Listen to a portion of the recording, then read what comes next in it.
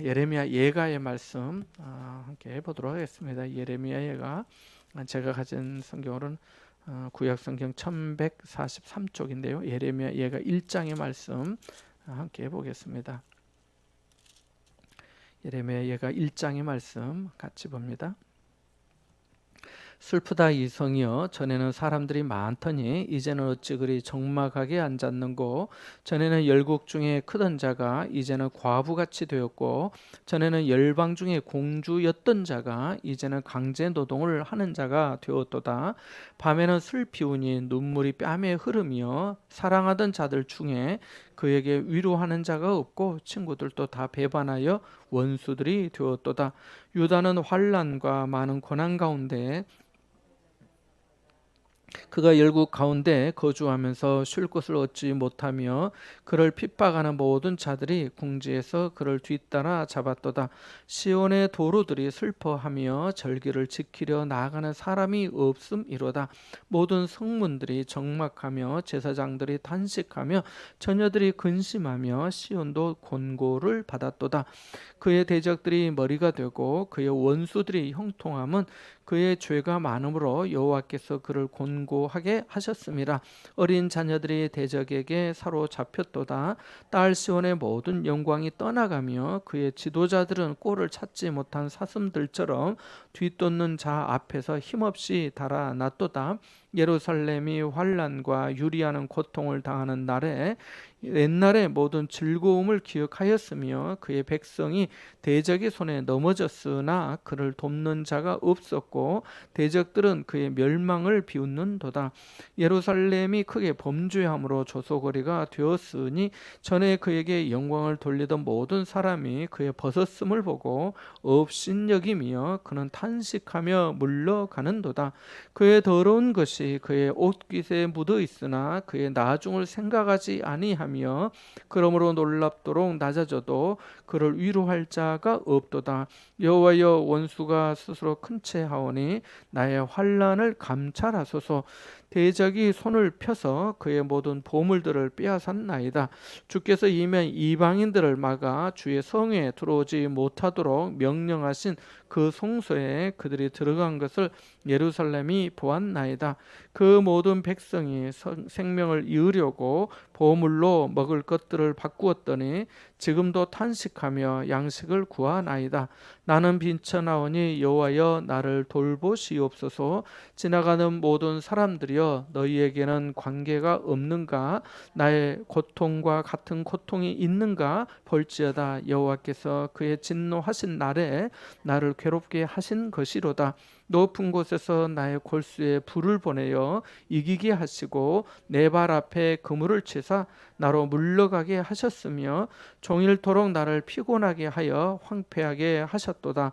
내 죄악의 멍에를 그의 손으로 묶고 얽어 내 목에 올리사 내 힘을 피곤하게 하셨으며 내가 감당할 수 없는 자의 손에 주께서 나를 넘기셨도다.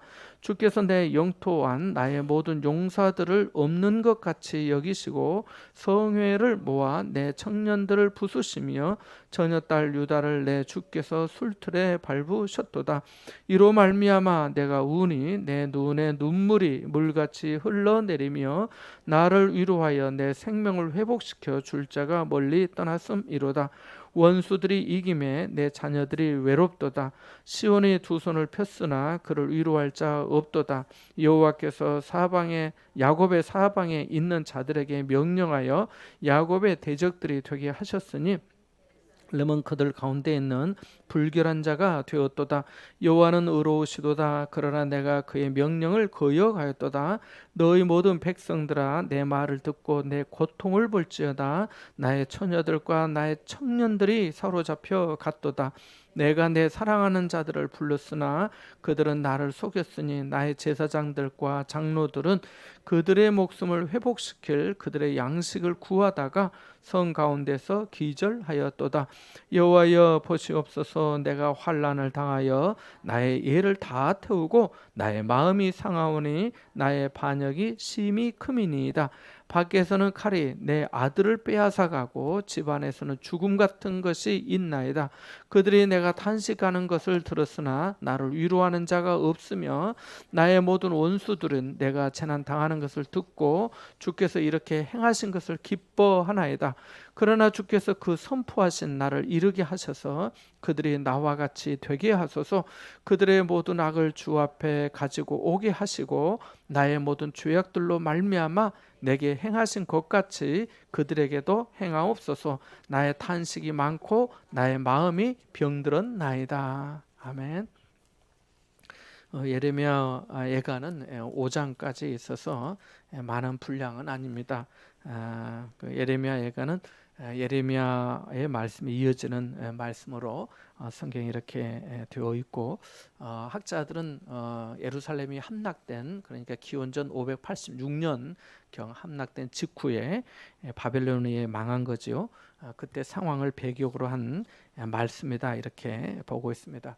여기에 뭐 예레미야 이런 말이 정확히 딱 이렇게 자주 등장하지 않기 때문에 어떤 사람들은 익명으로 저자를 보는 학자도 있지만은 대체로 예레미야가 쓴 기록으로 그렇게 보고 있습니다. 그렇게 보는 이유는 이 예루살렘이 이제 함락되면서 그 처참하고 그 황무지가 되고 비참한 그런 상황들을 본 사람이 아니고는 이렇게 참 아주 처절하게 묘사하기가 쉽지가 않고, 그리고 또 그런 어떤 내용과 그 어떤 문체라는 게 있잖아요. 그게 예레미야서와 비슷하다 해서 그렇게 예레미야 예가의 저자는 예레미야로 그렇게 알려져 있습니다. 재미있는 것은 우리 성경에는 그것이 잘 나타나지 않지만 이 예레미야 예가의 말씀이 또 그 히브리어에도 알파벳이 있잖아요. 영어에도 알파벳이 A, B, C 이렇게 있는 것처럼 그 히브리어도 그렇게 알파벳이 있는데, 그 알파벳의 시작으로 오늘 말씀 예를 들면은 22절까지 있는데 알파벳이 22자인데 그냥 A로 시작했다면 그 A로 한 절이 시작되고 B는 또 B로 시작하고 이렇게 해서 구성이 되어 있습니다. 그러니까 알파벳에 따라 지은 C로 알려져 있습니다. 그러니까 C이기 때문에 어떤 이 역사적으로 누가 쳐들어왔고 그때 이렇게 했고 또 이 그들 중에서 이런 어떤 의논이 있었고 이런 내용은 없습니다. 그냥 지금 당한 어떤 여러 가지 그 상황들을 이렇게도 안타까우면서 그 시로 읊조리고 있는 거죠. 그래서 어떤 논리의 흐름보다는 처참한 현실에 대해서 다양한 목소리를 이렇게 우리에게 들려주고 있습니다. 그러니까 이스라엘 백성들이 바벨론이 쳐들어왔을 때 1년 6개월 동안 18개월 동안 예루살렘 성에서 함락당하기 전까지 버티고 견디고 항전하였지만은 사실 1년 8개월을 버틴다는 것도 쉬운 일 아니지만 그렇게 해서 그러는 동안은 얼마나 많이 힘들었겠습니까? 여기도 나오지만은 6절 말씀에 보면은 5절과 6절에 보면 5절 끝부분에 어린 자녀들이 대적에게 사로잡히고 6절에 또 중간 부분에 보면은 그의 지도자들은 꼴을 찾지 못한 사슴들처럼 뒤쫓아가는 자 앞에서 힘없이 달아났다 이렇게 말씀하고 있고, 또 22절 끝부분에 또 보면은 나의 탄식이 많고 나의 마음이 병들었습니다라고 말씀하고도 있습니다. 그래서 예레미야 예가에는 시작도 슬프다 이렇게 1절이 시작되고 있습니다만은 슬프고 고통스럽고 또 탄식하고 또 마음이 상하고 하는 이런 어떤 좀 그런 어떤 이 단어들이 많이 등장하고 있습니다. 그래서 예레미야 이 예가라는 게 이렇게 슬픈 노래라고 하는 그런 뜻이잖아요. 그래서 그렇게 말씀하고 있는데, 또 이렇게 보는 이유가 1장 1절에 보면 슬프다 이렇게 시작하고요. 2장도 한번 보실래요? 2장 1절도 슬프다 이렇게 시작합니다.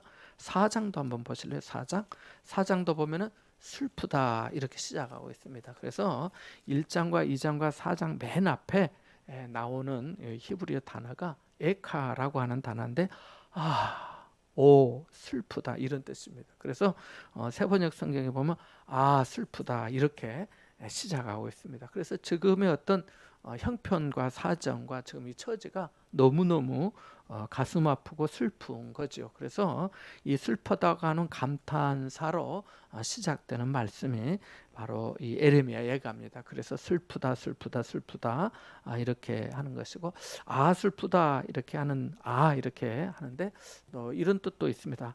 어떻게 이럴 수가 있는가, 이런 뜻이, 이럴 수는 없다 이런 뜻입니다. 그래서 어쩌다 이렇게 됐나, 왜 이렇게 됐나, 이런 탄식이 바로 이 슬프다라고 하는 그런 단어에 담겨져 있는 것이죠. 우리들도 비참하고 애통한 일을 당하면 하면서 탄식이 절로 나오는 것과 마찬가지입니다.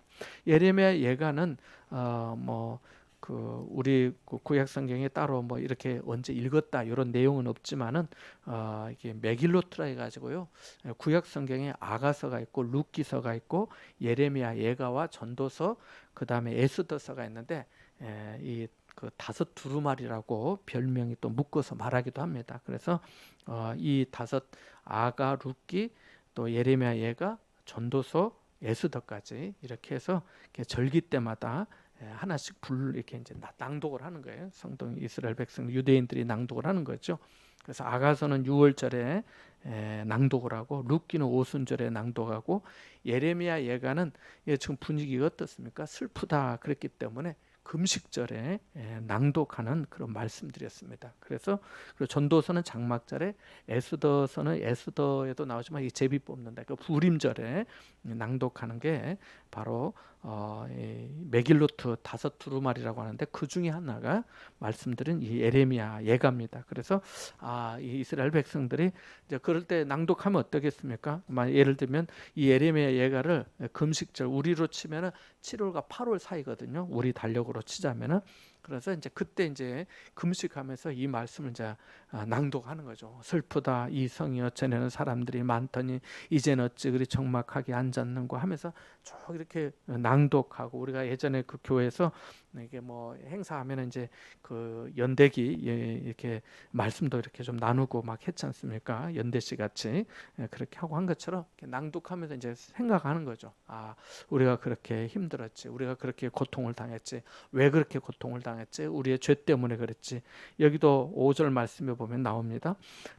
그의 죄가 많음으로 여호와께서 그를 공고하게 하셨음이로다라고 말씀하고, 9절 말씀에도 보면 그의 더러운 것이 그의 옷깃에 묻어 있으나 그의 나중을 생각하지 아니하고, 그리고 8절 말씀에도 보면 예루살렘이 크게 범죄함으로 조소거리가 되었으니라고 말씀합니다. 그래서 이렇게 어떤 당한 이유가 뭐냐, 어떻게 이렇게 되었느냐, 바로 그러한 것입니다. 그래서 더러운 것이 옷깃에 묻은, 옷깃에 좀 묻은 것은 별것이 아니었지만 나중에 이것이 계속해서 번지고 씻어내지 않고 깨끗게 빨지 않고 정결하게 하지 않았기 때문에 바로 그렇게 더러워지게 되었다라고 하는 것을 말씀하고 있습니다.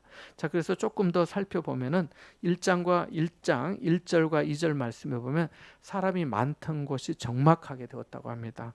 상상이 되시겠죠? 열국에서 크던 자가 과부같이 되었고, 열방의 공주였던 자가 강제 노동을 하는 자로 완전히 바뀌게 됩니다. 공주에서 노예가 되었다는 거죠. 그래서 밤에 슬피 울어서 눈물이 뺨에 흐르고 사랑하는 자들에게도 위로를 받지 못한다고 말씀하고 있습니다. 이렇게 슬프고 힘들고 어려우면은 위로라도 받아야 되는데 위로하는 자가 없고, 친구들도 다 배반하여 원수가 되었다고 말씀합니다. 전에는 친구였는데 지금은 원수가 되었다는 거죠. 그러니까 편안하고 좋을 때는 친구였지만 사정이 이렇게 바뀌니까 원수가 되었다라고 하는 것을 말씀하고 있습니다. 그러면 슬프지 않겠습니까? 애통하겠지요. 바로 그러한 것을 노래하고 있습니다. 또 3절에서 7절 사이에 보면은 유다와 시온과 딸 시온과 예루살렘이 나오는데, 사실은 모두 다 예루살렘을 의미하는 것이죠. 남유다를 지칭하고 있고요. 그래서 유다가 환난과 많은 고난으로 사로잡히고 열국 가운데서 쉴 곳을 얻지 못하고 유리 방황한다는 거죠. 그래서 사실은 유대인들이 그 디아스포라라 해서 흩어진 유대인을 계속해서 유리 방황하는 그런 세월을, 많은 세월을 살았지 않습니까? 그래서 그런 것도 마찬가지고, 또 핍박하는 모든 자들이 궁지로 몰아서 사로잡았다고, 피할 수가 수가 없었다는 것입니다. 시온에서 절기를 지키려는 사람이 없어서 시온의 도로들도 슬퍼했다고. 아주 묘사가 특별하죠. 이 도로가 길이 슬퍼했다는 거예요. 아무도 지나다녀 주는 사람이 없으니까 자기를 밟아, 이러니까 이 도로를 의인화해가지고 도로도 슬퍼했다라고 말씀하고 있습니다. 모든 성문이 적막하고 제사장들이 탄식하다고 말씀합니다. 그러니까 무슨 얘기냐면은 시온의 도로다 절기를 지키려고 하는 사람들이 없다고 하는 것은 뭐냐면 예배하는 사람들이 없다는 것입니다. 그래서 모두 다 망했기 때문에 이제 예배자도 없는 거예요.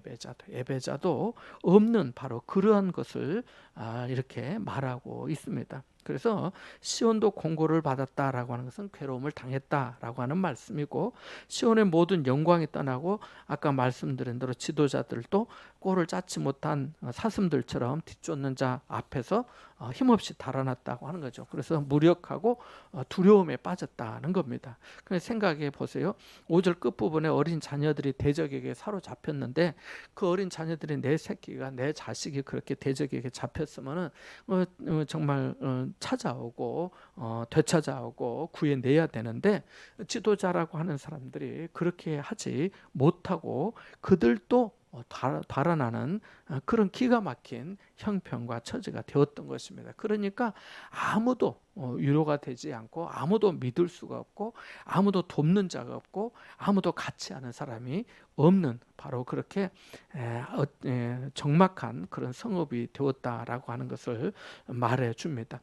예루살렘이 환난과 유리하는 고통을 당하는 날에 옛날의 즐거움을 기억한 거죠. 전에는 좋았었는데라고 하는 거죠. 도와주는 자가 없고 대적들은 멸망을 비웃었다고 7절에 말씀하고 있습니다. 그래서 그의 백성이 대적의 손에 넘겨졌으나 그를 돕는 자가 없었고 대적들은 그의 멸망을 비웃는도다라고 말씀합니다. 그러니까 우리도 생각해 볼 수 있죠. 어떤 이렇게 외적인 어떤 비참함들, 완전히 그냥 폐허가 되는 우리가 직접 전쟁을 겪지는 않았지만은 전쟁 중에 있는 나라들이나 또 어떤 역사적인 어떤 그런 자료들을 통해서 볼 때 얼마나 그 말로 다 알 수가 없는 거 아니겠습니까? 자, 그래서 외적인 비참함도 정말 견디기 힘들지만은 또 어떤 면에서 생각해 보면 정서적인 냉담함도 힘든 거죠. 아무도 같이 도망가기가 바쁘고 돕는 자도 없고 위로할 자도 없고 어린 아이들은 잡혀가는데 또 전에 영광을 돌리던 자들이 이제는 업신여기고 떠나가고 하는 이런 것들을 보면서 냉혹한 세상을 마주하니까 이 정서적인 고통이 극에 달하게 되는 것을 보게 됩니다. 8절과 9절 사이에도 마찬가지인데 예루살렘이 크게 범죄함으로 조속거리가 되었다라고 말씀하면서 아까 말씀드린 대로 그렇게 된 어떤 멸망의 원인을 고백하고 있는데요. 예루살렘이 크게 범죄함으로 조속거리가 되었다라고 말씀합니다. 그래서 영광을 돌리던 사람이 이제 벌거벗음을 보고 업신여기고 또 탄식하며 물러갔다라고 말씀합니다. 그래서 놀랍도록 낮아져도 그들을 위로할 자가 없다고 말씀하고 9절 하반절에 보면은 거기서부터 11절 사이에는 탄식의 기도문이 나옵니다. 그래서 거기 보면은 여호와여 이렇게 말씀합니다. 원수가 스스로 큰 채하오니 나의 환난을 감찰하소서. 대적이 손을 펴서 그의 모든 보물들을 빼앗았나이다.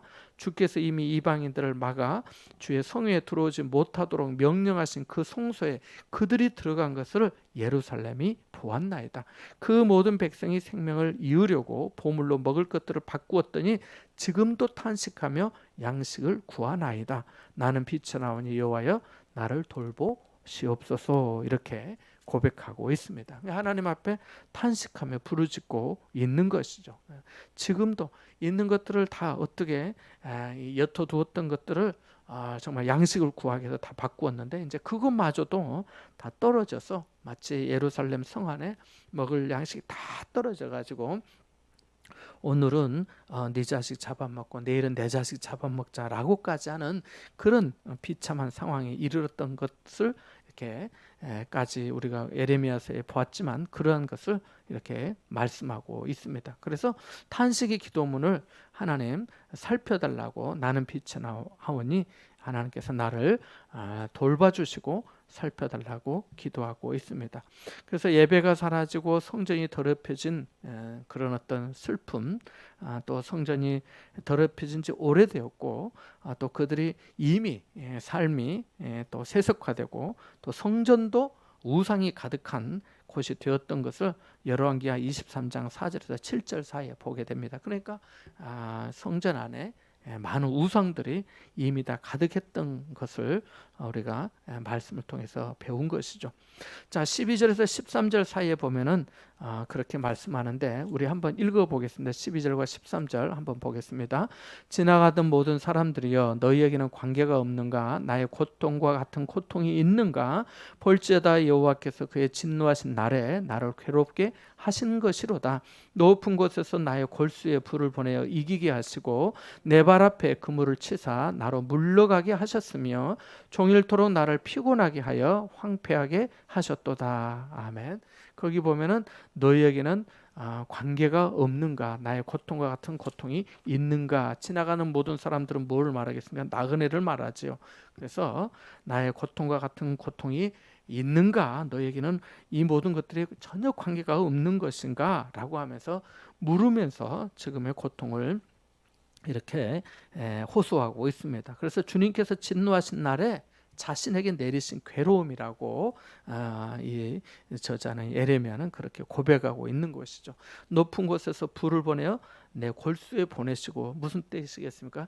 뼛속 깊이 들어가게 하셔서 내가 너무 고통스럽고 힘들다는 것이고, 내 발 앞에 그물을 쳐서 물러가게 하셨다고 하는 것은 내 발 앞에 하나님이 그물을 쳐서 넘어지게 하시니까 내가 종일토록 너무 피곤하고 황폐하게 되었다라고 하는 것을, 그러니까 이 모양 저 모양으로 어떤 우리의 힘겨움들, 또 고통과 괴로움들을 이렇게 묘사하고 있는 것입니다. 14절에서 16절 사이에 보면 내 죄악의 멍에를 묶고 얽어서 내 목에 올리사 내 힘을 피곤하게 하셨습니다. 이 말은 힘을 쓰지 못하고, 멍에를 올려놓으면 힘을 쓰지 못하잖아요. 그렇게 하나님께서 하셨다고 말씀합니다. 또 내가 감당할 수 없는 자의 손에 주님께서 나를 넘겨주셔서 내가 정말 감당을 못하고 감당 못한다고 합니다.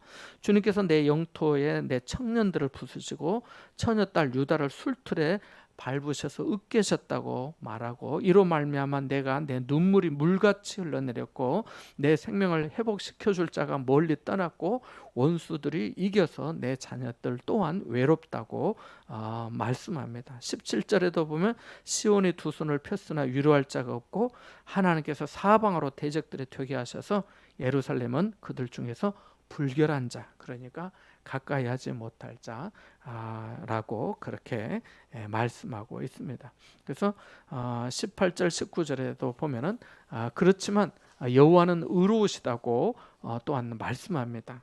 거기 보니까 그러나 내가 그의 명령을 거역하였도다. 모든 백성들아 내 말을 듣고 내 고통을 보라. 나의 처녀들과 나의 청년들이 사로잡혀갔다. 내가 내 사랑하는 자들을 불렀으나 그들은 나를 속였고 나의 제사장들과 장로들은 그들의 목숨을 회복시킬 그들의 양식을 구하다가 성 가운데서 기절하였다라고 또 그렇게 말씀합니다. 그러니까 총체적인 난국과 모든 고통들이 그 땅 가운데 임한 것을 보게 됩니다. 그래서 20절에서 22절 사이 보면 여호와여 보옵소서, 내가 환난을 당하여 나의 애를 태우고 다 태우고 나의 마음이 상합니다. 나의 반역이 심히 큽니다. 밖에서는 칼이 내 아들을 빼앗고 집안에서는 죽음 같은 것, 사망과 기근이나 전염병이 있다고 하는 거죠. 사람들이 내 탄식을 듣지만 유료하지 않고 모든 원수들은 내가 재난당한 것을 듣고 주님께서 이렇게 행하신 것을 기뻐한다고 말합니다. 그러나 주님께서 그 선포하신 날이 이르게 하셔서, 그러니까 언젠가 그들을 심판하셔서 하시는 그런 날이 이르게 하셔서 그들도 나와 같이 되게 해달라고 에레미야는 또 하나님 앞에 호소하고 탄식하며 기도하고 있습니다. 그래서 그 모든 악을 주님 앞에 오게 하시고 그 모든 것들을 내게 행하신 대로 그들에게도 행해달라고 말씀합니다. 여기 20절에 보면은 내 마음이 상하였나이다. 내 마음이 상하오니 이렇게 말씀하는데 내 창자가 뒤틀립니다 라고 하는 그런 뜻입니다. 그래서 매우 괴로운 것을 심정을 말씀하고 있습니다. 사실은 우리가 원치는 않지만 또 우리 삶 가운데 예기치 않는 어떤 고난들이 올 때 오늘 여기 묘사된 노래 이렇게 말씀에 나온 어떤 고통 못지 않지요. 너무 마음이 상해서 창자가 뒤틀리고 또 애간장이 다 타고 참 어떻게 할 수가 없는 그러한 어떤 참 기가 막히고 아주 어떻게 말로 다 할 수 없는 바로 그런 어떤 심정들을 우리가 겪게 되는데요.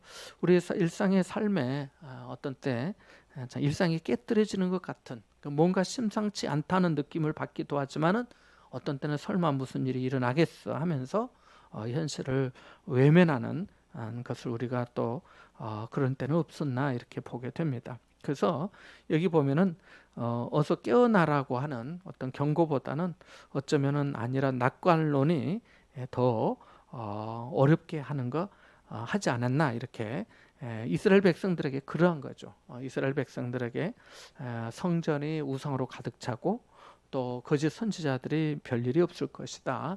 우리는 안전할 것이고 우리가 2달 안에 2년 안에 다 회복되게 될 거다라고 하는 그런 선지자들의 말을 그 거짓 선지자들의 말을 또 듣고 또 지도자들 또한 말씀드린 대로 안일함에 빠져 있었다가 그렇게 당한 거 아니겠습니까?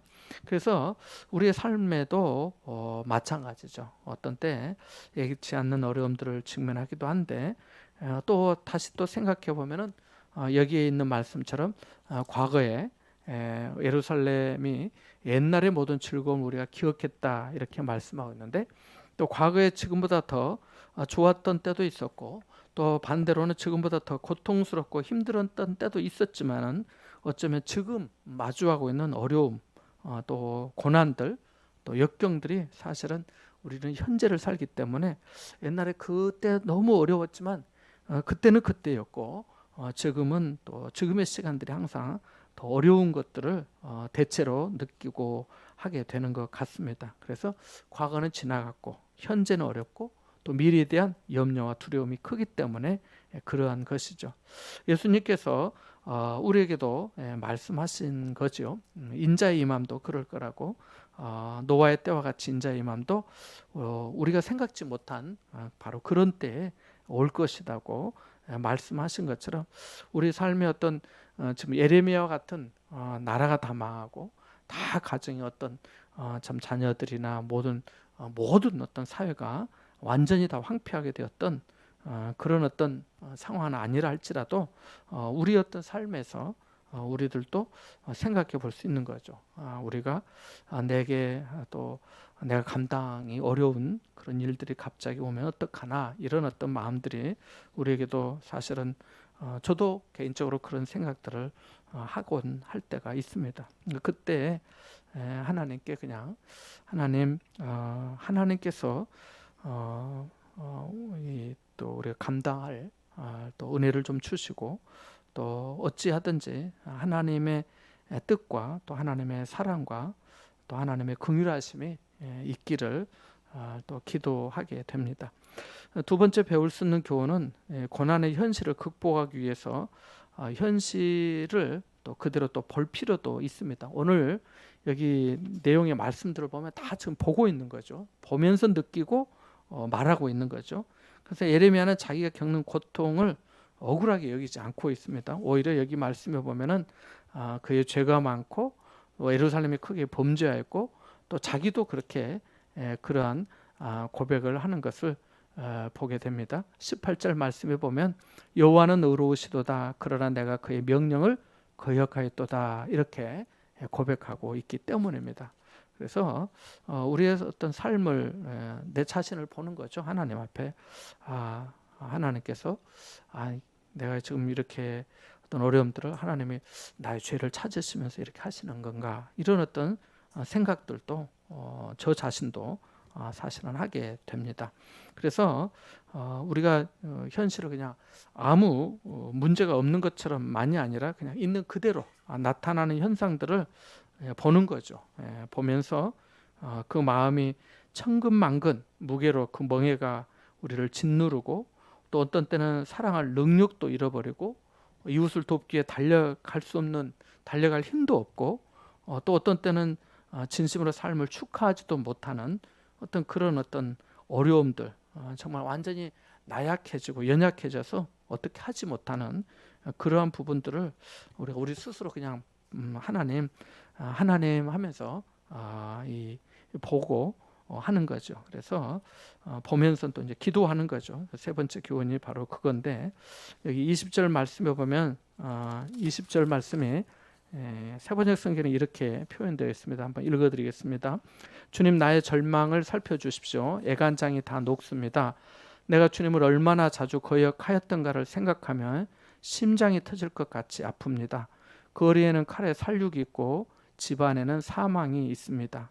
22절 말씀은 그들의 모든 사악함이 주님 앞에 드러나게 해주시고 그들을 엄하게 다스려 주십시오. 주님께서 내 모든 죄를 다스리신 것처럼 그들의 죄도 다스려 주십시오. 끝없는 이 한숨 소리, 심장이 다 멎을 듯 합니다. 이렇게 또 되어 있는데요. 우리의 절망을 살펴달라고, 나를 또 돌봐달라고 이렇게 기도한 것처럼 우리들도 하나님 앞에 그렇게 기도하고 있고 또 기도해야 될 줄 압니다. 사실 이 예레미야의 말씀은 아까 말씀드린 대로 슬프고 또 이 분위기 자체가 좀 어둡기 때문에 그렇게 뭐 이렇게 유쾌한 그런 어떤 말씀으로 와닿지 않을 수는 있는데, 그래도 이런 기회에 한번 이렇게 좀 보고 배우면 좋겠다 싶습니다. 우리 같이 한번 좀 기도하기를 원합니다.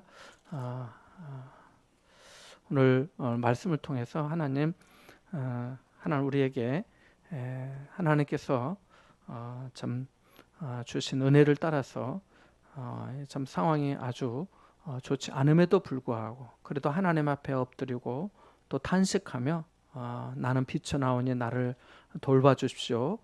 나를 좀 살펴주십시오. 내가 환난을 당하여 애를 다 태우오니 여호와여 나를 보시옵소서라고 한 것처럼 하나님 나를 기억해 주시고 도와달라고, 또 우리 같이 또 선교사님들 위해서 하나님께서 함께 해주시라고 우리 같이 한번, 또 연약하신 어르신 분들, 우리 또 조장로님, 또 우리 박영 집사님, 어머님, 권사님 모두 함께 해주시기를 같이 한번 기도하겠습니다. 기도합니다.